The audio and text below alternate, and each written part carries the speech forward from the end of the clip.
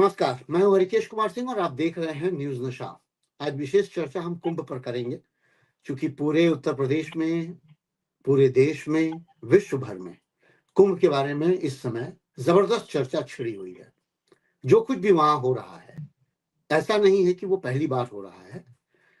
मैं ये बता देता हूं कि 1954 में जब पहली बार आजादी के बाद शुरू हुआ था, तो उसके भगदड़ की यादें आज भी लोगों को छूती हैं। और आज ही एक लेख पढ़ रहा था श्री विभूति नारायण राय जी का, बड़ा राजीव बेहद का। शानदार लेख था सर, बहुत शानदार लेख उनका था। जी जी जी जी पढ़ा मैंने भी। जी जी 1954 में जो जमुना प्रसाद त्रिपाठी जी का पूरा विश्लेषण वो कर रहे हैं, एसपी थे, कैसे वो बड़ा एसएसपी थे वो। जी जी बड़े शानदार तरीके से उन्होंने जो है उसको कंट्रोल किया हुआ था। लेकिन जैसे ही घर पहुंचे तो उन्हें अपनी पत्नी से गाली सुनने को मिल गई और काफी रुदन मतलब महसूस हुआ उनको कि वो भगदड़ हो गई और उसमें हजारों और सैकड़ों लोग, तादाद का कुछ अंदाजा नहीं है। लेकिन वो डर आज भी कुंभ में रहता है। और ये जब हम लोग इलाहाबाद यूनिवर्सिटी में पढ़ रहे थे सर, तब भी मैं एक वो बात बताना चाहता हूँ कि 1994 में मैं अपनी बूढ़ी नानी को लेकर के गया था उनको नहलाने के लिए कुंभ में। और मैं बड़ा डरा हुआ था, घर के सभी लोग डरे हुए थे कि जा तो रहे हो लेकिन व्यवस्था कैसी है, क्या है, तुम देख लेना। क्योंकि यूनिवर्सिटी में पढ़ता था तो मुझे रास्ते मालूम थे, सब जगह मालूम है उसमें, और कैसे लेटे हुए हनुमान जी की तरफ से आगे बढ़ करके हम संगम तट की ओर बढ़ते हैं। जी, जी तो जी वो जी दृश्य आज भी मेरे जहन में रहता है। और उसी में चेन छीनने वाले कुछ ग्रुप ने जो है नानी के पीछे हाथ डाल करके उनका चेन छीन लिया था। तो ये भी होता है, क्योंकि इतना बड़ा सैलाब है, प्रशासन उसमें पूरी मुस्तैदी से लगा रहता है, बावजूद इसके छुटपुट घटनाएं होती हैं। लेकिन फिर भी हम उम्मीद कर रहे हैं कि इस बार कुंभ में ऐसा कुछ नहीं होगा और बेहद शानदार तरीके से वो निपटेगा। और हर बार निपटता रहा है, सभी ने हर बार इसको इस तरीके से समापन किया है कि वो बेहतर संदेश दे करके गया है। और कुंभ हमारे ही देश में नहीं सर, मुझे लगता है कि विश्व में ये जो ठंड का मौसम आता है 25 जनवरी के बाद, आप ध्यान देंगे तो वो रशिया हो, कनाडा हो, जापान हो, हर जगह टेम्परेचर। हाँ, हर जगह लोग बर्फीले पानी में नहाते हैं, डूबते हैं और बहुत दृश्य आते हैं। वो कुंभ का नहीं हिस्सा होता है, लेकिन कुछ ऐसा उनका रिचुअल होता है। जैसे जापान में अभी हम सुन रहे थे कि वहां पर भी लोग ठंडे पानी में इसलिए नहाते हैं आज की डेट में, या जनवरी के प्रथम द्वितीय सप्ताह में, कि उन्हें जो है पूरे वर्ष बीमारी से निजात मिल जाएगी। तो ऐसे ऐसे कुछ कुछ पॉइंट्स हैं। लेकिन हमारे यहाँ महाकुंभ का पर्व का विश्लेषण जो मैं समझ पाता हूँ वो इस संदर्भ में ज्यादा है कि जैसे ही हमारा मौसम परिवर्तन होता है, ये 14 जनवरी सदियों से चला आ रहा है, जिसे हम मकर संक्रांति के तौर पे देखते हैं। तो मुझे लगता है कि इसके बाद हमारे पूरे सिस्टम में, वार्षिक सिस्टम में फागुन आएगा, पंचमी आएगी, नाग पंचमी है, फिर रक्षाबंधन है, तमाम ऐसे रिचुअल्स आते जाते हैं, रामनवमी है, फिर नवरात्रि है। और मुझे लगता है कि मौसम परिवर्तन का, ऋतु परिवर्तन का एक काल होता है जो ये मनाया जाता है। तो हम वहीं से शुरू करते हैं सर। इस कुंभ को आप अभी तक जितना देख रहे हैं, आप अपनी नजरों से क्या देख रहे हैं और क्या पा रहे हैं, थोड़ा सा वो बताइएगा, तो फिर मैं आगे बढ़ूंगा। हरकेश जी, आपको एक चीज ये बता, तो मैं भी लगभग 3 कुंभ को कवर कर चुका हूँ इससे पहले। मैं चूंकि पीटीआई में रहा तो बराबर उसको मैं वहां गया और उसको मैंने कवर भी किया। निश्चित रूप से जो 1954 में जो घटना हुई थी उसके बाद से कोई बड़ी घटना नहीं हुई, सारे सुरक्षा उपाय सुनिश्चित किए गए। चूंकि स्वतंत्रता के बाद था वो, संभवतः पहला कुंभ था शायद, तो उसकी वजह से लोगों को उसका अंदाज नहीं था, तो वो स्वाभाविक भी है, कोई ऐसी बात नहीं है। तमाम व्यवस्थाओं के बावजूद भी या कोशिशों के बावजूद भी वो द्विवेदी जी के प्रयासों के बावजूद भी वो वहां स्टैम्पीड हो गया, जिसमें बहुत से लोग मर गए थे। लेकिन उसके बाद फिर सरकारों ने वो सुनिश्चित करना शुरू किया कि कहीं ऐसा ना हो। चीजें जैसे जैसे चीजें आगे बढ़ती गई वैसे वैसे व्यवस्थाएं सुधरती गई। जहां तक जो आपने कहा कि स्नेचिंग की के जो है, ये तो छोटे मंदिरों में भी, और ये तो बहुत विश्व का महाकुंभ है। और मैं बता दूं, अभी गया था मैं 1 महीने भर पहले ही इलाहाबाद देखने, तो हनुमान जी के दर्शन करने गया, तो वहाँ मेरा ही पर्स निकल गया था, जिसमें मेरे अपने सारे पासेस थे, लाइसेंस थे, मेरा प्रेस का कार्ड था, सब मुझे दोबारा बनवाने पड़े। तो ये तो खैर चीजें, इसको तो कोई सरकार या कोई चीज नहीं, अब उसमें मैं आपके पीछे चल रहा हूँ, अब कैसे उसका आकलन किया जाए कि मैं जेब कतरा हूँ, तो वो अपना काम कर देते हैं। तो वो तो छुटपुट चीजें हैं, उसके लिए तो नहीं, और छुटपुट चीजें और हुई भी हैं, मतलब उसके बाद, लेकिन कोई बड़ी घटना नहीं हुई। इस बार चूंकि योगी जी, दो चीजें महत्वपूर्ण हैं। एक तो चूंकि योगी जी खुद संत हैं, एक मठ के मठाधीश हैं और मुख्यमंत्री भी हैं। तो उस नाते उन्होंने वहां आपकी व्यवस्थाएं तो बहुत व्यापक लेवल पर, उसका बजट भी बहुत रखा, और सारी चीजें वहां जो सड़कें थी उनको भी उन्होंने चौड़ा किया, सारी चीजें रही, इसमें कोई दो राय नहीं। लाइटिंग वाइटिंग की व्यवस्था हमेशा अच्छी रहती थी, अब की और अच्छी कर दी उन्होंने। मतलब एक डेकोरेशन कह सकते हैं। लाइट की व्यवस्था तो पहले भी रहती थी, मैंने उसको देखा है, अब भी वही है, लेकिन उसको थोड़ा सा और उन्होंने उसको बढ़ा दिया है, रोशनी की व्यवस्था और ज्यादा अच्छी कर दी होगी। तो ये बात तो अपनी जगह पर सही है। आज जो है वो कुंभ का पहला स्नान था, मकर संक्रांति का। आज जिस ढंग से, हालांकि मैं इस बार अभी नहीं गया, बाद में जाऊंगा, तो लेकिन जो मैंने देखा टीवी पर या अन्य समाचारों में, या अपने वहां के लोगों से बातचीत हुई, तो बहुत बढ़िया ढंग से व्यवस्थित रूप से संपन्न हुआ। और सारे साधु संतों में भी, हमेशा साधु संतों में कहीं ना कहीं जगहों को लेके, या कहीं ना कहीं स्नान को पहले हम को लेकर रहता था, उसको भी पीसफुली बातचीत के जरिए सारी चीजों को एक व्यवस्थित ढंग से कर लिया गया, इसमें कोई दो राय नहीं है। और नहीं, शांतिपूर्ण ढंग से पूरा स्नान निपट भी गया। बड़ा आज विशेष का चल रहा बात है है। सर। एक विशेष पॉइंट मैं ये कह रहा था सर कि जैसे 1954 में जो स्टैम्पेड हुआ, उसके जो एसएसपी थे जमुना प्रसाद त्रिपाठी जी, उसके तुरंत बाद जैसे 1965 में भी वो एसएसपी वहीं के रहे और उसकी व्यवस्था को देखे। इसका मतलब ये हुआ कि उनकी व्यवस्था में कोई समस्या नहीं थी। जहां तक भगदड़ का सवाल है सर, तो भगदड़ तो मुझे लगता है कि ऐसे 4-5 बिंदु होते हैं जिस पर अक्सर स्टैम्पेड हो जाता है। या तो कोई बड़ा संत गुजर रहा हो जिसको देखने के लिए लोग अचानक उन्मादी हो जाए, हाँ हाँ है हाँ ना, हाँ। और नहाने के लिए जैसे ही ये हो कि भाई रास्ता खुल गया, आप नहाने जा सकते हैं, तो चूंकि तादाद होती है सर 50 लाख, 70 लाख, 80 लाख, 1-1 करोड़, 1.5 करोड़, तो वो होता क्या है कि जल्दी हम नहा के वापस आ जाएं, मुझे लगता है इसकी वजह से होता है। जी जी तीसरा बिल्कुल। महत्वपूर्ण, हाँ, तीसरा मुझे महत्वपूर्ण लगता है कि प्रसाद वगैरह बट रहा होता है खाने वाने का, तो उसमें जल्दी खाना खाने की जल्दीबाजी, या खत्म हम्म, ना हो जाए खाना, हम पहुंच के ले लें। हाँ, ये जरूर है कि इसकी जिम्मेदारी, इस टेम्पेड न होने पाए, इसकी जिम्मेदारी थोड़ा नागरिक की भी है, लोगों की भी है कि इतनी जल्दबाजी ना करें जब इतने बड़े भीड़ में गए हैं आप। और हमने तो देखा है कि जैसे क्या होता है कि पूर्वांचल से चाहे कहीं से भी जो लोग आ रहे होते हैं, वो अपने साथ बोरियों में अनाज अनाज ले हाँ करके हाँ।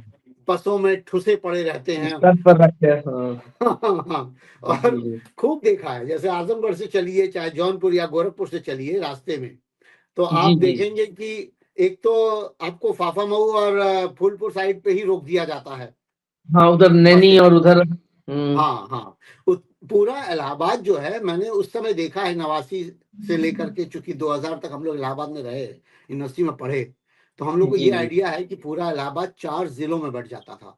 धूमनगंज एक हम्म। एरिया हो जाता था, हाँ हाँ फाफामऊ हाँ एक हाँ। तरफ, हापा और मऊ। हाँ, दारागंज और फूलपुर एरिया एक, तारागढ़। जी और जी। झूसी की तरफ अलग, अलग अलग। तो जी जी जी। सर वही मैं कह रहा हूं कि जैसे स्टैम्पेड को रोकने की जिम्मेदारी अधिकारियों के जहन में ये बात होती होगी ही, क्योंकि मैंने देखा है कि बैरिकेटिंग्स भी बहुत ज्यादा बनी रहती है।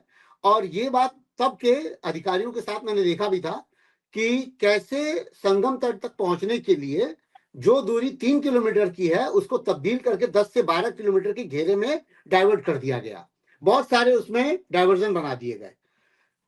तो क्या अधिकारी दिन भर इस बात पे काम करते हैं कि आपने ऐसा देखा है कि हाँ, कुछ ऐसी भगदड़, कुछ ऐसी चीजें ना होने पाए ताकि सुचारू रूप से ये समागम जो है लोगों का ये निपट जाए, ठीक से हो जाए? नहीं, हरकेश जी, इस बार जो है सरकार ने एक ये बात तो कहना पड़ेगा कि सरकार ने इस बार कहीं स्टैम्पेड ना हो, या कहीं जो भीड़ है वो अनियंत्रित ना हो, आने जाने में असुविधा ना हो, इसके लिए एक नहीं कई प्रबंध किए। एक तो उन्होंने आपकी सड़कों को जो जिस पर ये लोग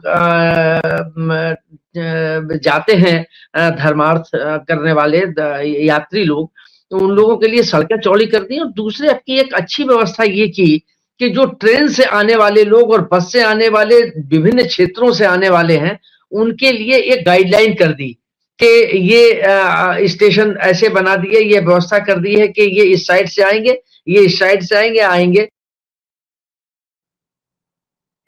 शायद दिखाई भी दे रहा है। मुझे लगता है कि अब की उन्होंने पूरी तरीके से एक सुव्यवस्थित व्यवस्था की है, और उसी का कारण है कि वो वहां से कोई बहुत पीसफुली सारे हो गए। जो आपने बात कही कि चाहे वो भोजन का, अभी बदायूं में अगर ध्यान हो, उसमें कई लोगों की डेथ हो गई थी। जो एक संत थे, उसमें कई लोगों के वो इस्तेमिक सिर्फ पैर छूने के लिए, जो अब मैं आपकी बात की ही पुष्टि कर रहा हूँ कि ये कारण यही बनते हैं कि उनके पैर छू लें, उनका आशीर्वाद ले लें, या कहीं भीड़ हो जाती है। तो ये बात तो सही है आपकी कि ये चलता रहता है, लेकिन इस बार उन्होंने सारी व्यवस्थाएं रखी है, इसीलिए इस क्षेत्रफल को और ज्यादा बढ़ा दिया है। जी जी, उसको आगे बढ़ा दिया ताकि वहां पर ज्यादा भीड़ इकट्ठी ना हो, और आपकी जो टेंट हैं वो भी थोड़े अलग अलग उन्होंने लगाने की कोशिश की है, थोड़े डिस्टेंस से उन्होंने की है। जी जी। तो इसलिए ये व्यवस्थाएं तो भरपूर कोशिश की है कि कहीं कोई ना हो, योगी जी ने, और उसको भव्य और दिव्य बनाने का पूरा प्रयास किया है। जी जी जी मैं ये जी। कह रहा था सर कि जैसे जो विजुअल मीडिया है, जो तमाम सोशल मीडिया है, उनसे उनके माध्यम से जो विजुअल्स आ रहे हैं, उनमें कहीं कहीं इस व्यवस्था में समस्या भी नजर आ रही है। मैं इस दौर ध्यान आकर्षित कर रहा हूं कि जो लोग मैदानी इलाकों में बैठे हुए हैं नहाने के इंतजार में, या सुबह का इंतजार कर रहे हैं कि अब सुबह हो तो संगम तट पे जाके नहाएंगे, तो ऐसी स्थितियों में क्या हो रहा है, मेरी आवाज सर आप तक पहुंच रही हो तो मैं लगातार जारी रखता हूं अपनी बात। तो वैसी स्थितियों में क्या है कि विजुअल जो है ऐसे आ रहे हैं कि लोग परेशान हैं कि रात भर खुले आसमान के नीचे बैठे हुए हैं और अपनी बारी का इंतजार कर रहे हैं, जबकि सरकार ये बात दावे के साथ कह रही है कि उनके रहने खाने पीने का प्रबंध किया गया है। जबकि उनका कहना यह है कि वो जो अपने साथ भोजन लेकर आए हैं, चाहे वो खाना हो, बिस्कुट हो, जो कुछ भी हो, चाय पानी, वो अपने हिसाब से चाय खरीद रहे हैं और पी रहे हैं और रह रहे हैं।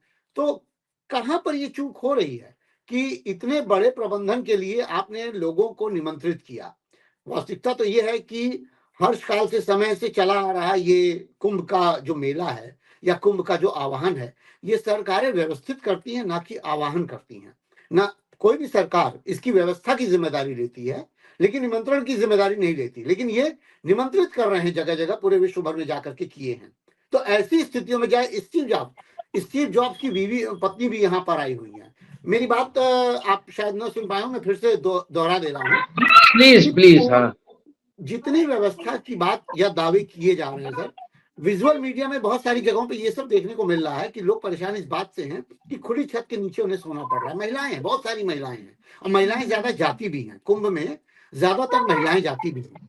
तो वो घरेलू महिलाएं सब आपस में बैठी हुई हैं और रात के खुले आसमान के नीचे बैठी हुई हैं।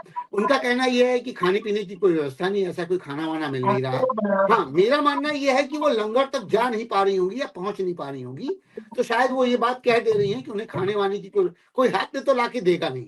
इतने बड़े आयोजन में ये तो तय है कि कोई भी व्यवस्था ऐसी नहीं होगी कि खाना लेकर के लोगों को पूछा जा रहा हो और दिया जा रहा हो। एक जगह होगा जहाँ पे लोग खाना खाने जाते होंगे। अब ये महिलाएं वहां नहीं जा पा रही हैं, पहुंच नहीं पा रही हैं। उनका कहना है कि पुलिस बता नहीं पा रही है रास्ता। हाँ, उसमें भी मैं ये मानता हूं कि जो हजारों पुलिस के कर्मचारी वहां तैनात होते हैं, वो अलग अलग शहरों से आते हैं, तो उन्हें खुद भी नहीं बहुत पता होता है कि रास्ते कहाँ से किधर जा रहे हैं। लेकिन क्या इसकी पूर्व कोई तैयारी नहीं हुई होती है कि अधिकारियों के साथ कोई पूर्व तैयारी हुई हो, सिपाहियों को या अधिकारियों को ये बताया गया हो जो दूसरे क्षेत्रों से आकर के वहां पर तैनात हुए हैं, उन्हें वो रास्ते पता हो, या उनके पास कोई रोड मैप हो कि हाँ ये रास्ता यहाँ यहाँ जाता है, बताने के लिए यात्रियों के लिए। क्या आपने ऐसा कुछ महसूस किया?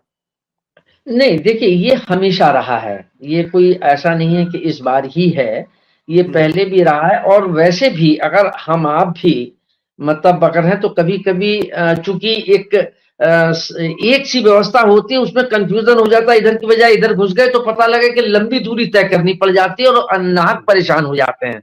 तो ये आपने भी महसूस किया होगा और ये मैंने भी महसूस किया, तो ये तो ठीक है। और लेकिन उसके बावजूद वहां लोग रहते हैं, पुलिस वालों को ये उनसे पूछते रहते हैं, वो गाइड बताते भी रहते हैं, वरना यात्रियों से भी वहां एक दूसरे से जो जानकारी करते हैं शेयर करते रहते हैं। लेकिन ये जो बात आपने कही कि वहां ठहरने के लिए महिलाएं बाहर हैं, यूट्यूब पर ये आ रहा है, हालांकि व्यवस्थाएं तो काफी की गई हैं, या ऐसे पंडाल वगैरह लगाने की कोशिश की गई ताकि ऊपर से एक ओस और ये ठंडक का थोड़ा सा बचाव हो सके। लेकिन फिर भी चूंकि इतने लोग पहुंचते हैं, उसमें कहीं ना कहीं ये थोड़ी बहुत अव्यवस्था हो जाना एक स्वाभाविक सी प्रक्रिया है। मैं एक मिनट रोक रहा हूँ सर, एक मिनट रोक रहा हूँ सर। इसमें मैं ये बात जोड़ रहा हूँ आपके लिए कि होता क्या है कि सरकारें व्यवस्था करती हैं, आमंत्रित नहीं करती। पर ये पहली बार ऐसा हो रहा है, जबकि 2019 में भी ये हुआ था कि कोई आमंत्रण जैसी चीज नहीं थी, व्यवस्थित किया गया था। लेकिन ये पहली बार ऐसा है कि योगी और मोदी जी दोनों लोग आमंत्रित करने जा रहे हैं लोगों को कि आइए, जैसे लग रहा है कि ये सरकारी आयोजन है। तो सरकारी आयोजन की दृष्टि से मैं ये मानता हूं कि अगर आप पेड पंडाल कर रहे हैं, पैसे देकर के वहां रहने की व्यवस्था कर रहे हैं, तो फिर तो पैसे वाले जाएंगे। लेकिन आम जन जब बुलाया जा रहा है कि आप सब लोग आइए, तो सब लोग आइए के लिए फिर तो आपको ये समझना पड़ेगा ना कि देश की जनसंख्या कितनी बड़ी है। कोई 150 करोड़ लोग हैं और उसके 10% भी लोग आ गए तो 15 करोड़ लोग पहुंच जाएंगे। तो 15 करोड़ पहुंचेंगे तो उनकी क्या व्यवस्था आपने कर रखी है, या एक मास स्केल पर आपने टेंट बना रखा है जिसमें सैकड़ों की तादाद में लोग सोए हुए हैं, तब भी कोई बात बनती है। मैं इसकी बात की चर्चा कर रहा हूं सर। नहीं, ये बात आपकी बिल्कुल ठीक है। आपकी ये जरूर एक अलग चीज है कि जो अपने आप में विरोधाभासी है। ये इस बात से मैं आपकी पूरी तरीके से सहमत हूं कि आपकी आमंत्रित किए गए सारे मंत्रियों को सारे राज्यों में भेजा गया और वहां जाके उनसे कहा गया कि आमंत्रित करके आए, आइए आइए आइए, है ना। इसलिए जनता पहुंचे, ये बात से उस हिसाब से व्यवस्थाएं नहीं की गई। या उस चूंकि ये बात सही है कि अगर 10% भी ले लें तो 10-15 करोड़ पहुंच जाएंगे तो उनको कैसे व्यवस्था होगी।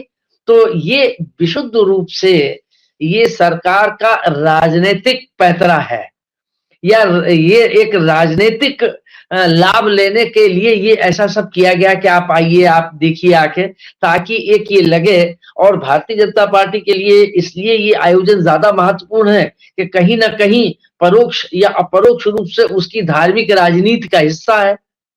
तो इसलिए भी वो ये एक प्रचार और प्रसार करने की कोशिश कर रहे हैं कि यहाँ ये देखिए कितनी दिव्य, कितनी भव्य व्यवस्था कर रखी है, जैसा कि कभी नहीं रहा। ये एक संदेश देने की कोशिश की जा रही है। पिछली सरकारों के जो आयोजन थे उनको कमतर बताने की कोशिश की जा रही है। जबकि अगर आप देखें तो शंकराचार्य जी ने भी उसमें एक आपत्ति या उसमें कहीं ना कहीं सवालिया निशान खड़ा किया है उस पर, उसको लेके।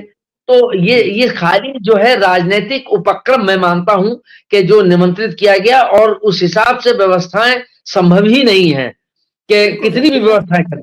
और आप हमसे जुड़े रहने के लिए सब्सक्राइब करें YouTube पर, फॉलो करें Twitter पर और लाइक करें Facebook पर। और ज्यादा जानकारी के लिए आपको टाइप करना होगा सिर्फ न्यूज नशा।